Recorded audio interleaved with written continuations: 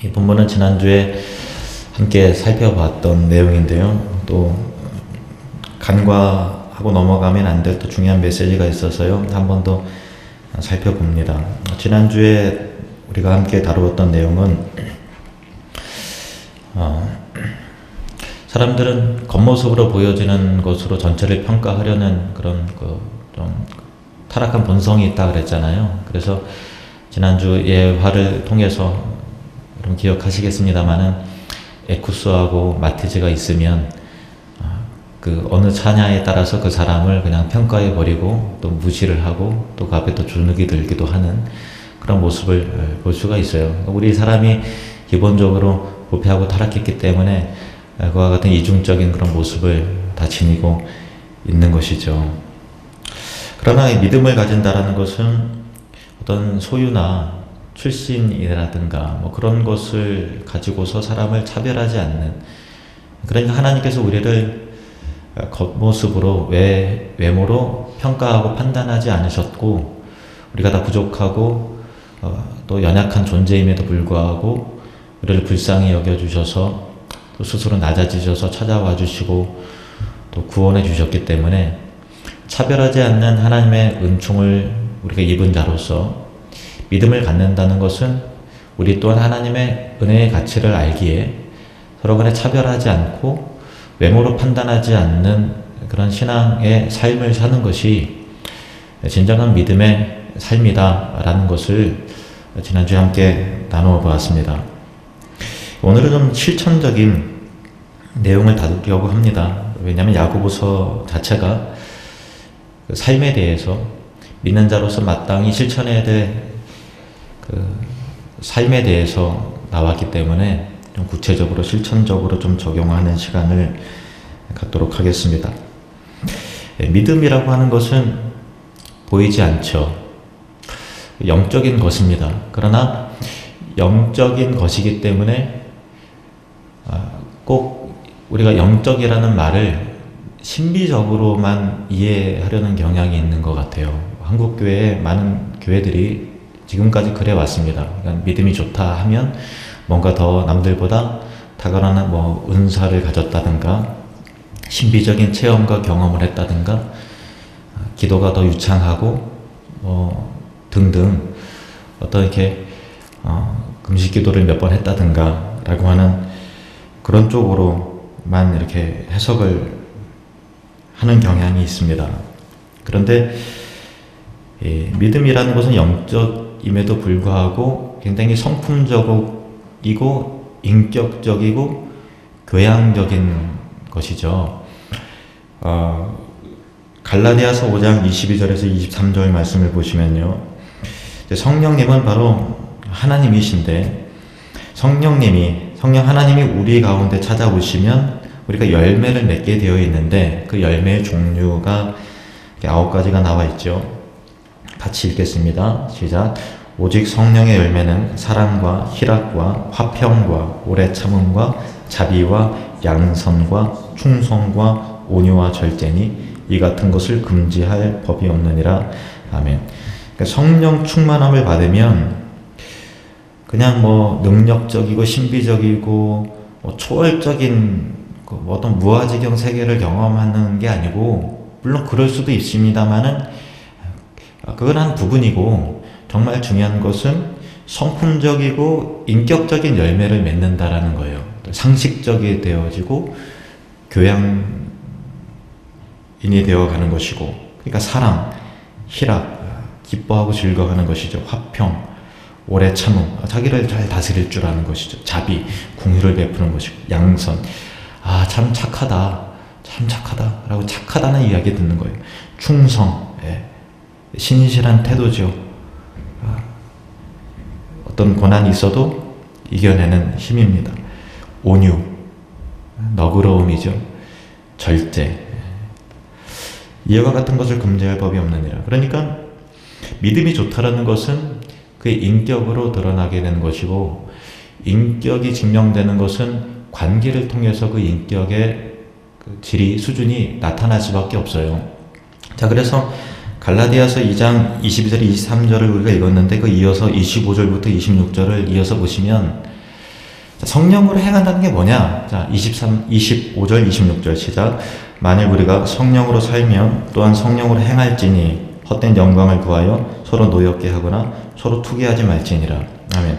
그러니까 성령 충만함으로 성령으로 행한다라는 것은 저 사람 성령을 행해. 그러면 왠지 계시 받아서 이거 하나님 뜻이야. 뭐 이렇게 하는 것으로 자꾸만 이해를 하잖아요. 근데 그게 아니라니까요. 그게 아니고 성령을 행한다라는 건 헛된 영광을 구하지 않고 이 세상의 자랑으로 삼지 않고 서로 노엽게 하거나 서로 투기하고 시기하고 하지 않는 그런 성품적이고 인격적으로 성령 충만함이 드러나는 거예요. 이것이 신앙의 수준인 것이죠. 그러니까 다시 말해서 믿음이 좋다라고 하는 것은 인격으로 드러나게 되는 것이고 그의 인격은 관계 속에서 보여지게 된다라고 하는 그런 내용입니다. 그러니까 우리가 하나님을 우리는 사랑한다라고 하잖아요. 그럼 하나님을 사랑하면 하나님의 사랑하는 것이 어떻게 보여지는가 하면 이웃을 사랑하고 용서하고 긍휼과 자비와 또 배려와 친절과 그런 것을 통해서 드러나게 된다라는 거예요. 요한일서 4장 20절에서 21절 요한일서 4장 20절 21절 시작.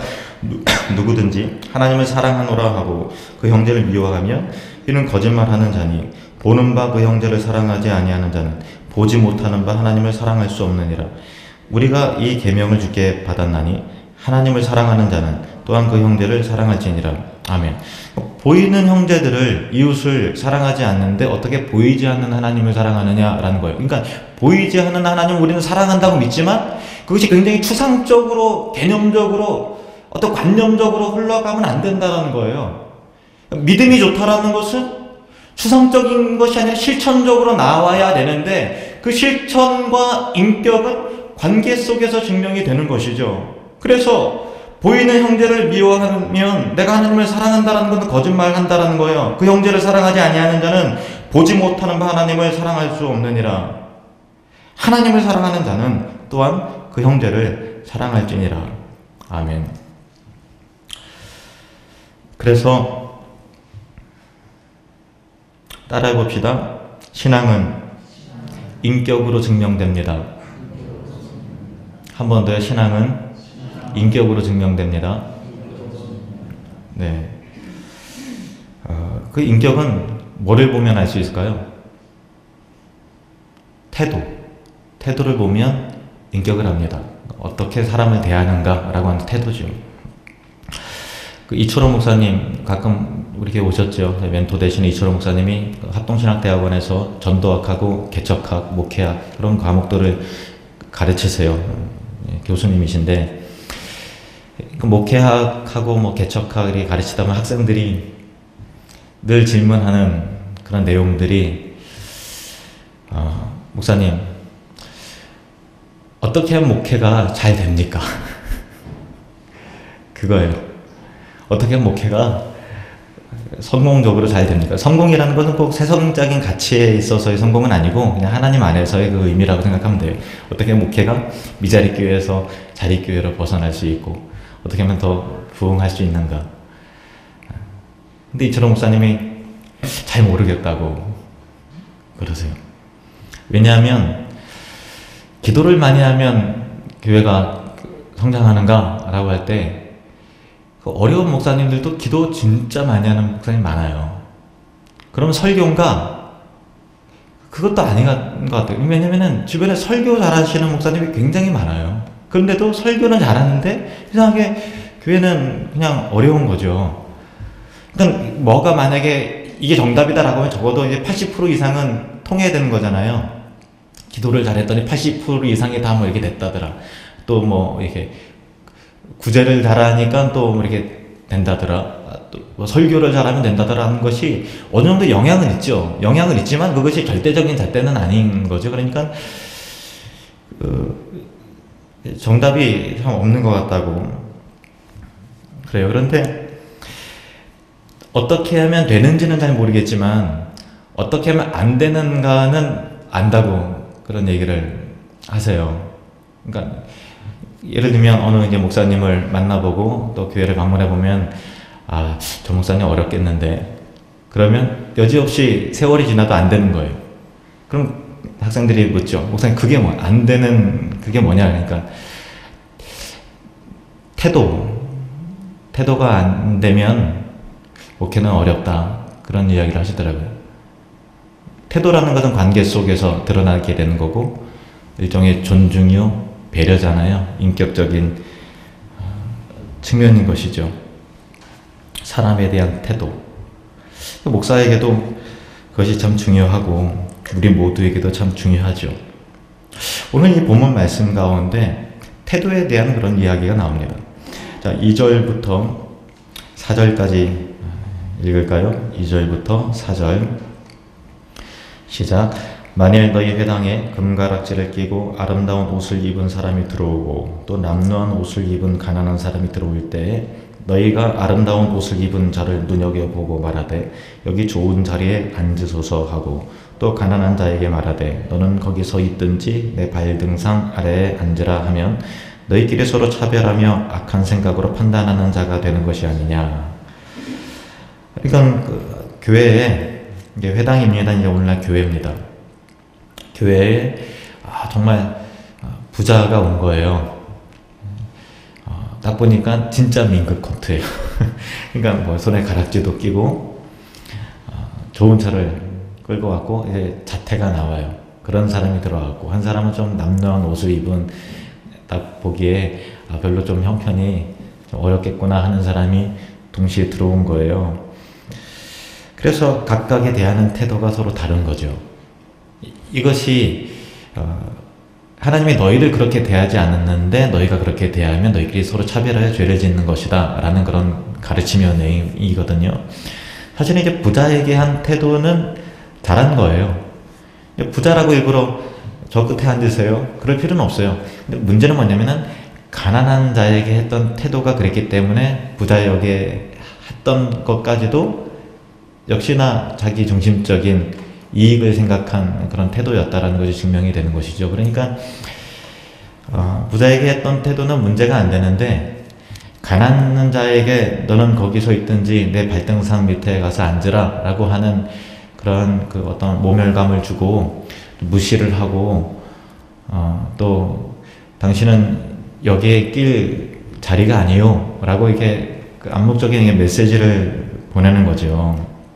그게 문제가 되는 거예요. 그러니까 그 친절함에 일관성이 없었기 때문에 그런 것이죠.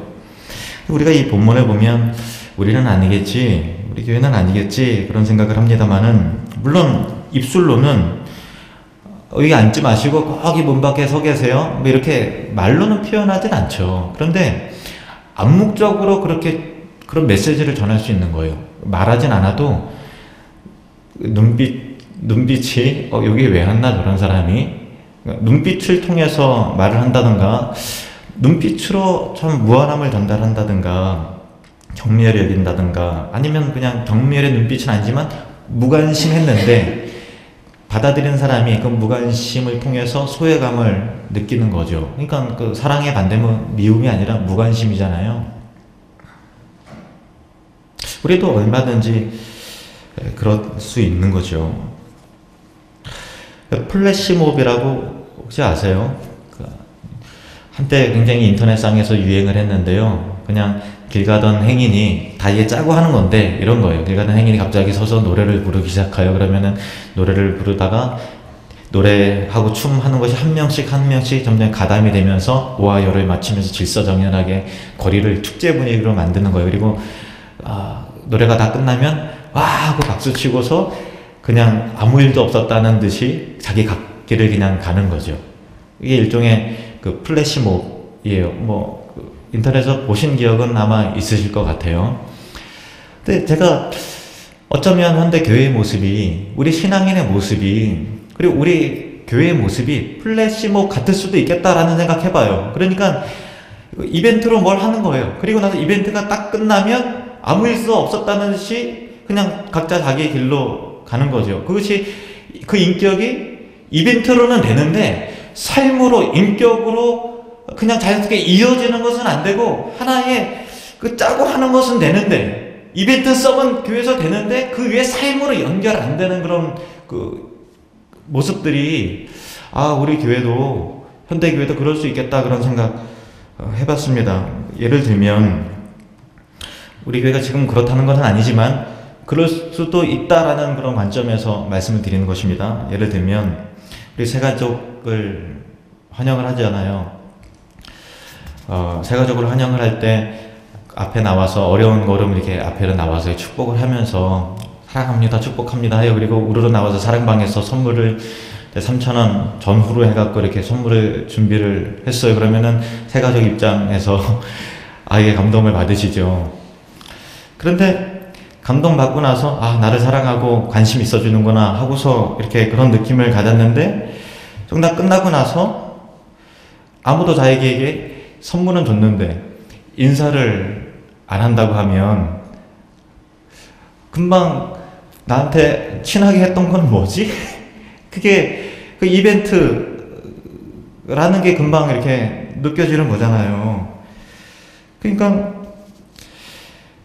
선물은 준 사람은 있는데 아무도 그 이후에 관심과 친절함과 인사와 정말 잘했다고 하는 그런 그 삶 속에서 우러나오는 그런 게 없고 플래시몹처럼 뭔가 떠들썩하는데 딱 끝나고야 제 갈 길 우르르 그냥 들어가게 된다면 침묵으로 암묵적으로 말하고 있는 거예요. 그 사람을 향해서. 그것은 그냥 이벤트였고 사실 나는 당신에게 관심이 없습니다. 이 메시지하고 동일한 거죠. 그렇죠. 이거 무서운 겁니다. 사실은.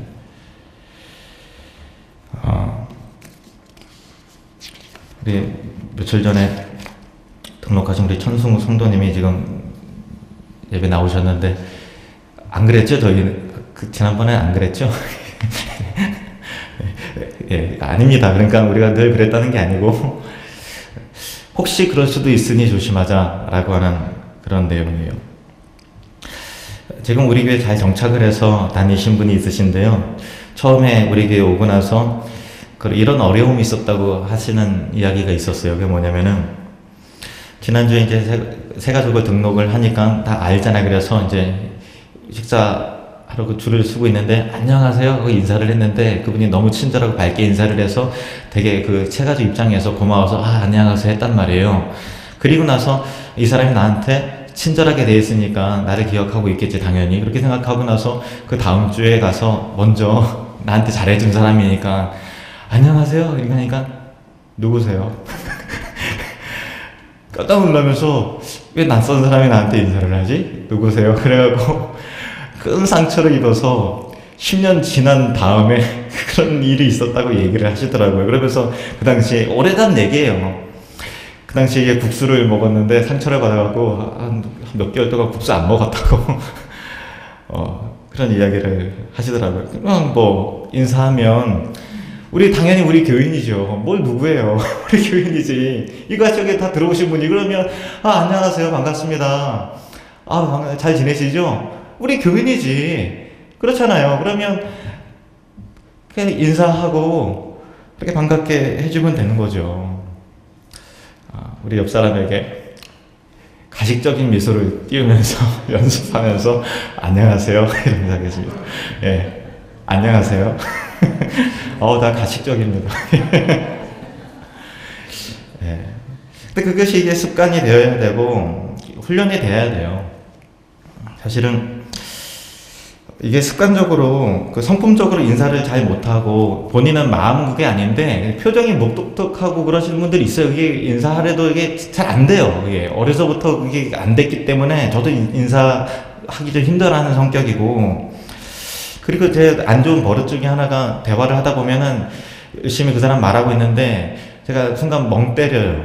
그러니까 제 안에도 엄청 혼나요. 당신 또 한 3분 지나고 나서 또 멍 때려갖고 진짜 민망해서 죽을 뻔했다고 그런 얘기 하는데 이게 안 좋은 버릇이에요. 그러니까 막 대화하다 보면 순간 이제 그 사람 열심히 얘기하는데 초점이 이렇게 흐려지면서 딴 데를 그러면 안 되는데 본다든지 그래요. 그런데 그거 여러분 제가 아마도 저한테 아마 다 그렇게 당하셔서 기분 나빠하신 분들 거의 대부분이실 것 같아요. 그런데 한 가지 변명을 드리면 제가 가난한 사람한테 아니면은 무시하는 게 아니고 지위고하를 막론하고 다 그러는 거예요. 그러니까 아무리 높으신 어른이 있어도 제가 그렇게 좀 나쁜 성품이 있어요. 그런데 이게 천성인 것 같아요. 우리 성빈이가 그러더라고요. 우리 아들도 순간 이게 막 멍 때려요. 그래서 아무리 얘기해도 못 듣고 그래요. 그래서 하필 왜 그런 안 좋은 버릇을 닮았을까 그런 생각을 했습니다만은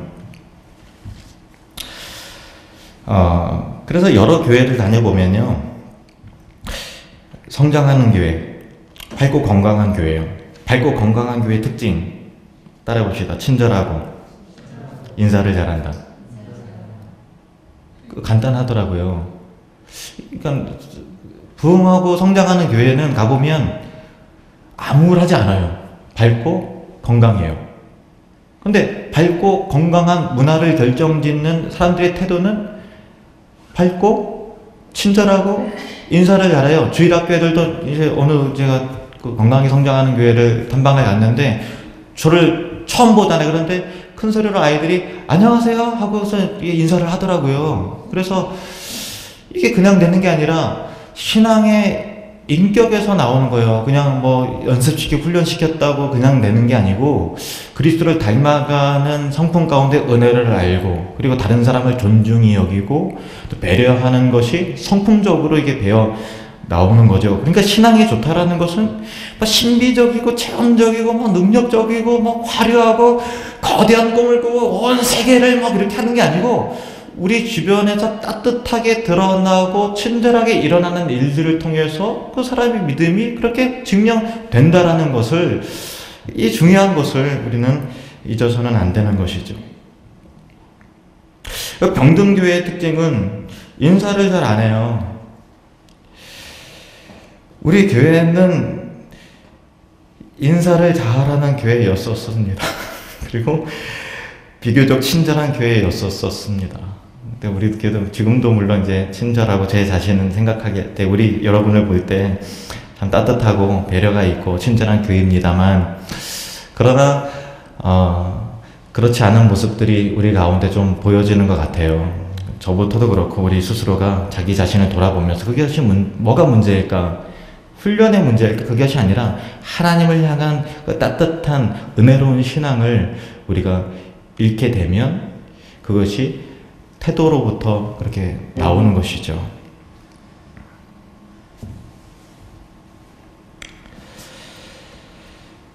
3절 말씀 한번 읽어볼까요? 3절 말씀 같이 읽겠습니다. 시작. 너희가 아름다운 옷을 입은 자를 눈여겨보고 말하되 여기 좋은 자리에 앉으소서 하고 또 가난한 자에게 말하되 너는 거기 서 있든지 내 발등상 아래에 앉으라 하면, 그러니까 너는 거기 서 있든지 내 발등상 아래에 앉으라 라고 하는 얘기는요, 당신은 죄송합니다만은 우리끼리의 모임에 들어올 자리가 죄송합니다만 없습니다. 뭐 그런 의미인 거죠. 우리가 암묵적으로 그렇게 말을 하고 눈빛으로 그렇게 말을 하고 또 무관심으로 그렇게 전달을 함을 통해서 상처를 주진 않을까, 소외감을 주진 않을까, 그렇게 염려가 돼요. 저도 이제 인사를 할 때 좀 조심합니다만은 저도 저한테 섭섭하신 경우가 굉장히 많으실 거죠. 끝에서 인사를 하잖아요. 인사를 하면 인사를 해요. 인사를 하는데 뒤에서 갑자기 뭐 오랜만에 나온 사람이라든가 이 사람은 내가 꼭 챙겨줘야 되겠다라는 사람이 딱 있으면 인사를 손을 이루고 가는데 눈이 벌써 저리로 가는 거예요. 그러면은 인사 손잡는 사람은 굉장히 기분이 나쁘죠.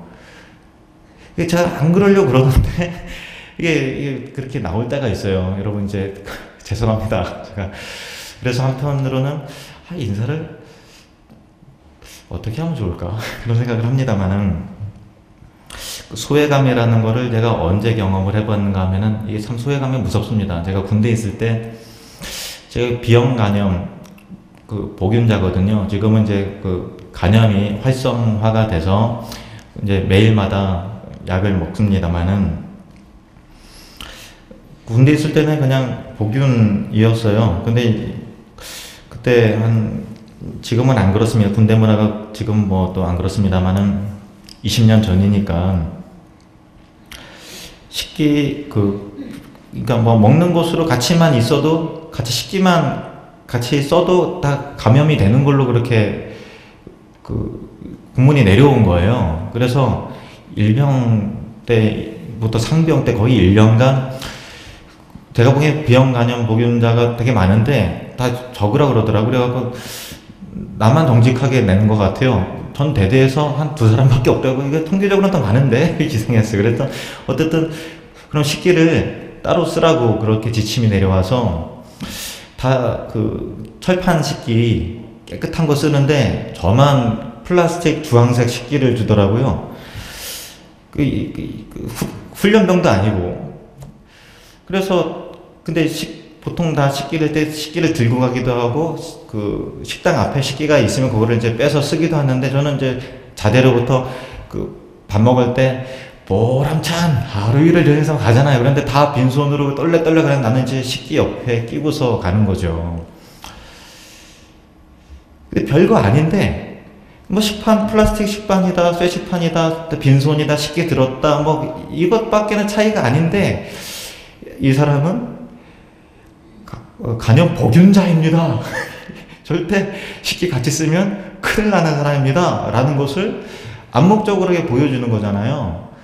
그러니까 굉장히 그 섭섭하고 서운하고 이게 전혀 안 되는데 근데 나중에 병장쯤 되니까 공문이 내려와서 알고 보니까 이게 전염이 안 되는 겁니다. 이렇게 다 지금 당하게 한 다음에 그렇게 내려왔어요. 그리고 나서 그때 제가 이 소외감이라는 것에 대해서 경험해 봤어요. 물론 이제 더 소외감 느끼시는 분들한테는 그거 가지고 무슨 소외감이야 그럴지 모르겠지만 제 딴에는 뭔가 이렇게 차별을 받는다든가 아니면은 이제 전염병을 가진 사람이라든가 등등 이렇게 저 사람이랑은 우리랑은 달라라고 하는 어떤 그 무리 속에서 혼자만이 뭔가 튀는 그런 것이 얼마나 그 사람을 힘들게 하는가 괴롭게 하는가 라는 것을 조금 경험해 봤거든요. 우리 교회 안에서도 그럴 수 있는 거죠. 예를 들면 실제 싫어합니다. 어떤 분이 왔는데 10년이 지나도록 서로 자기들 간에는 반말하면서 형님 아우 하는데 자기들이 그 자리에 도저히 낄 수 없다라는 거예요. 그러니까 암묵적으로 당신은 우리와 다릅니다 라는 것을 서로 간에 그래서 저랬어 하면서 형님 무슨 형님 이렇게 하는 거예요. 그렇게 하면서 그 자리에 낄 수 없는 타지에서 오신 분이거든요. 그러니까 그것에 대해서 그 교회를 떠나야 되겠다라는 생각을 했는데 갈 데도 없고 그래서 버텼다 그러시더라고요. 지금도 그러니까 지금은 이제 익숙해져서 괜찮다고 그런 말씀을 하시더라고요. 소외감이라는 것은 그렇게 사소한 것으로 오는 거죠. 여러분 교회 이름으로 모인 자리에서는 절대 뭐 형님 아우 동생 하지 마십시오. 직분을 반드시 호칭하세요. 권사님, 집사님, 또 성도님. 그 성도님이 계급적인 게 아니에요. 그냥 우린 다 성도예요. 그러니까 그냥 그 직분을 존중히 여기셔서 교회 이름으로 모인 전도회든지 사랑방이든지 또 교회 식구끼리 모인 자리에서는 꼭 그렇게 해서 그런데 뭐 단둘이 뭐 커피숍에서 만나서 원래부터 알고 지내셨던 분들이야 뭐 그거는 뭐 어쩔 수 없겠죠. 그런데 뭔가 같이 교회 이름으로 모인 그 자리에서는 꼭 직분을 호칭해 주시고 그렇게 하세요. 그것이 약간 난 오빠 형님 해야지 편하던데 근데 그거는 본인 몫이고 다른 분이 느끼기에는 너무 끈끈해서 들어갈 빈자리가 없는 거예요. 당신이 들어올 자리는 여기 없어요 라고 하는 암묵적인 내용하고 똑같은 거예요. 그러니까 이것 또한 배려이고 친절인 것이죠. 신앙은 이렇게 작은 것을 배려하는 것을 통해서 드러나게 되는 것이죠. 그런데 이런 설교를 들으면 여기 계신 대부분의 성도님들이 다 어떻게 적용하는가 하면은 맞아 그때 그 집사님이 나한테 서운하게 했어. 처음에 새가족 했을 때 아는 척도 안 했지. 이렇게 하면서 본인이 당한 게 막 떠오르죠. 내가 한 게 생각이 안 나고 본인 입장에서 이렇게 한 게 생각이 나요. 그런데 여러분 주의하실 점이 있어요. 여기 계신 분 중에서 우리 천승호 성도님만 빼놓고 다른 분들은 다 새신자가 아니에요. 1년 이상 되신 분은 새신자가 아닙니다. 따라해 봅시다. 나는 새신자가 아닙니다. 예, 나는 새가족이 아닌데 사랑해야 될 사람이 사랑받길 원하고 그러니까 배려를 해줘야 될 위치에 있는 사람이 배려받기를 원하고, 더 친절하게 해줘야 되는 사람이 친절해지기를 원하는, 그렇게 되어서는 안 되는 것이죠. 우리가 찾아가고 인사해주기를 먼저 그렇게 해주기를 바랍니다. 고린도전서 13장 11절 말씀 보실까요? 고린도전서 13장 11절. 고린도전서 13장 11절 시작. 내가 어렸을 때에는 말하는 것이 어린 아이와 같고 깨닫는 것이 어린 아이와 같고 생각하는 것이 어린 아이와 같다가 장성한 사람이 되어서는 어린 아이의 일을 버렸노라. 아멘. 고린도전서 13장은요, 소위 사랑장이라고 불리우는 장의 내용이에요. 그러니까 사랑은 오래 참고 사랑은 온유하며 시기하지 아니하고 또 분내지 아니하며 뭐 성내지 아니하며 등등 뭐 그런 내용인데, 이 사랑장이 이런 이야기는 내가 어렸을 때는 말하는 것이 어린아이와 같고 깨닫는 것이 어린아이와 같고. 우리 루빈이가 그래요. 오빠들 좀 칭찬해주면은 나는 칭찬 안 해주고 그래요. 아이 오빠 그냥 잘생겼다 그러면은 금방 나한테는 안 해주고 그렇게 어린아이가 해를 겨를도 없이 딱 약간 이렇게 뭐 하면 금방 이렇게 그러더라고요. 그러니까 어린아이일수록 나만 쳐다봐 주기를 바라고 나만 챙겨주기를 바라는 것이고 나만 이해해 주기를 바라는 것이고 나만 아껴주고 사랑해 주기를 바라는 거예요. 그런데 장성한 자가 되면 사랑해 달라는 수준에서 사랑하는 수준, 사랑할 줄 아는 수준, 찾아와 주길 바라는 것이 아니라 찾아가는 수준으로 바뀌는 거죠. 그것이 신앙의 성숙입니다. 영적인 성숙은 성품으로 드러나고 성품은 태도를 통해서 증명됩니다. 다른 사람을 존중히 여기고 귀하게 여기는 그런 배려심과 그런 것을 통해서 친절함을 통해서 드러나게 되는 것이죠. 이것은 교회뿐만 아니라 가정에서도 사회에서도 마찬가지죠. 베드로전서 3장 7절 말씀 보실까요? 베드로전서 3장 7절 시작. 남편들아 이와 같이 지식을 따라 너희 아내와 동거하고 그를 더 연약한 그릇이요 생명의 은혜를 함께 이어받을 자로 알아 귀히 여기라. 남편들은 신앙이 성숙해 가면 갈수록 아내를 귀하게 여기는 거죠. 귀하게 여기는 그 태도는 뭘로 드러날까요? 친절함을 통해서 드러나게 되는 거죠. 대신 쓰레기 갖다 버려주고 청소해주고 양말 똘똘 말아서 이렇게 하는 것이 아니라 켜주고. 베드로전서 3장 1절 아내들도 마찬가지입니다. 베드로전서 3장 1절 같이 읽겠습니다. 시작. 아내들아 이와 같이 자기 남편에게 순종하라. 이는 혹 말씀을 순종하지 않는 자라도 말로 말미암지 않고 그 안에 행실로 말미암아 구원을 받게 하려 함이니. 사실은 믿지 않는 남편도 그 안에 말을 통해서 잔소리를 통해서 바뀌는 것이 아니라 그 안에 변해가는 행실, 그 행실이 거창한 게 아니에요. 좀 더 친절해 주는 거죠. 배려해 주는 것이고 좀 챙겨주는 것이고. 그래서 이 신앙이 성숙한다라는 것은 교회뿐만 아니라 가정 안에서 사회적으로도 굉장히 친절해지는 거예요. 친절이라고 하는 것은 그 사람을 존중히 여기는 태도에서 나오는 것이죠. 그 친절이라고 하는 단어는 굉장히 실천적인 단어예요. 그러니까 어떻게 보면 우리 옆 사람을 존중히 여깁시다 하면 뭐 맞지만 좀 막연해요. 그런데 친절합시다라고 하면 좀 더 구체적인 느낌이 들죠. 그럼 어떻게 친절해 줄 것이냐? 어떻게 실천할 것이냐? 친절이라는 것은 뭐 그런 거죠. 내가 물 떠주는 것이고 말하지 않아도 입을 먼저 일어나서 개켜주는 것이고 진공청소기 한번 돌려주는 것이고 쓰레기통을 비우는 것이고 먼저 안부를 묻는 거죠. 그리고 헤어스타일이 바뀌거나 안경을 바꿨었으면 그거를 눈치채주고 기억하니까 관심 있으면 기억이 나잖아요. 기억해주고서 바뀌었네요. 훨씬 더 멋있어졌네요. 이렇게 하면서 격려해주고 칭찬해 주는 것이죠. 결국 이 친절이라고 하는 것은 한번 따라해 볼까요? 조금 더 친절. 한 번 더요. 조금 더 친절. 친절이라고 하는 것은 작은 부분으로 드러나요. 친절한다고 금방 확 알아주는 것도 아니에요. 그런데 그 안에 들어있는 신앙의 가치와 인격적인 성품은 굉장히 뿌리가 깊어야만 나오는 거죠. 무거운 내용입니다.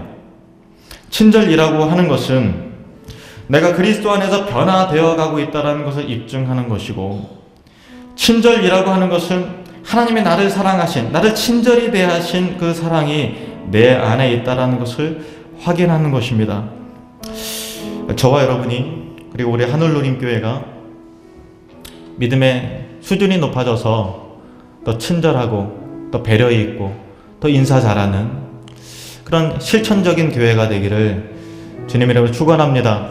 이 시간 우리 함께 기도할 때 하나님, 내 신앙의 성품과 인격이 더 주님을 닮아가게 해주시고, 주님이 우리를 친절히 대하셨던 것 같이 우리가 서로가 서로에게 가정에서든 또 사회에서든 거리에서든 특별히 또 교회에서 다른 사람을 배려하고 친절히 여기고 존중히 여기고 먼저 다가가고 인사하는 그런 성도가 될 수 있도록 하나님 도와주시옵소서. 우리 다같이 통성으로 기도하시겠습니다.